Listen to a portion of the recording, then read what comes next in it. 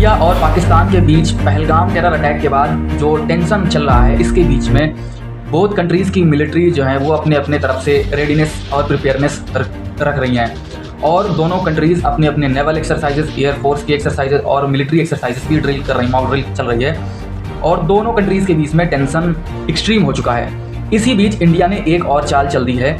India ने, government of India और Kerala government इसके साथ अडानी पोर्ट्स की मदद से एक सी पोर्ट रेडी हुआ है। आज उसका इनॉग्रेट किया प्रधान मिनिस्टर ने। और ये सी पोर्ट है Vizhinjam sea port, located in Kerala Thiruvananthapuram district. ये सिग्निफिकेंस इसलिए है क्योंकि इसकी जो डिस्टेंस है वो अप्रॉक्स 19 नॉटिकल माइल्स अवे है from the international sea line, जो कि कनेक्ट करती है east to eastern countries to the western countries in the south eastern southern Asia region, जैसे कि सिंगापुर हो गया, मलेशिया हो गया, चाइना हो गया, बांग्लादेश हो गया। इनको कनेक्ट करने का जो सी रूट है, इंटरनेशनल सी रूट है ट्रेड के लिए to the Gulf countries like Europe, Saudi Arab, Iraq, Iran, Pakistan. उस सी रूट से 19 नॉटिकल माइल्स की दूरी पे है ये सी पोर्ट। यानी कि इसका सिग्निफिकेंट बेनिफिट्स ये होगा कि पाकिस्तान का जो इकनॉमी है उसे डिस्ट्रॉय किया जा सकता है by hindering the Pakistan's container ship. उसके अलावा कुछ इसके और भी सिग्निफिकेंस है, जैसे कि इसमें जो स्टेक होल्डिंग की अगर बात करें तो गवर्नमेंट ऑफ इंडिया की 9.6% की स्टेक होल्डिंग है। उसके अलावा केरला गवर्नमेंट की 61.5 और अडानी पोर्ट्स लिमिटेड की 28.9% की होल्डिंग्स है इसमें। और ये 450.59 हेक्टेयर्स में फैला हुआ है।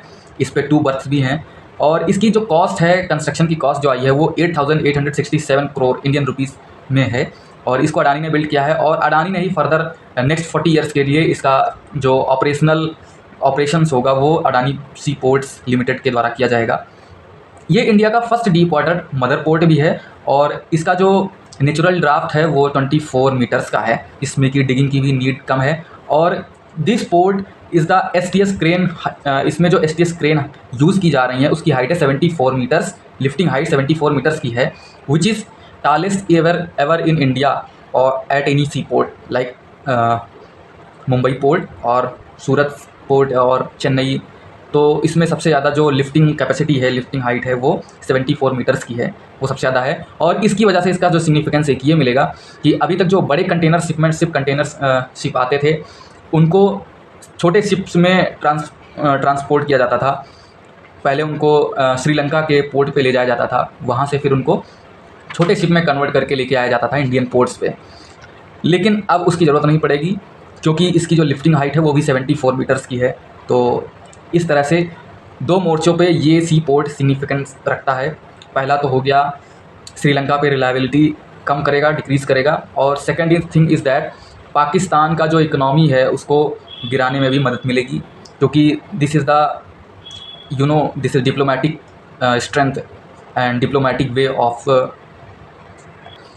breaking the economy of any nations like Pakistan. It is designed to be a multi-purpose greenfield and all-weather seaport in India, and it is located 20 kilometers away from the Thiruvananthapuram International Airport, and it is a major deep sea port, mother seaport in India. It's a all-weather deep sea port and greenfield. It's also greenfield like. And अगर इसके harbours की बात करें तो ये multipurpose हैं, green deep draft हैं इसमें और डीप वाटर मेगा सी पोर्ट। इसकी साइज़ की अगर बात करते हैं तो 450.59 हेक्टेयर्स है और इसमें 2 बर्थ हैं अभी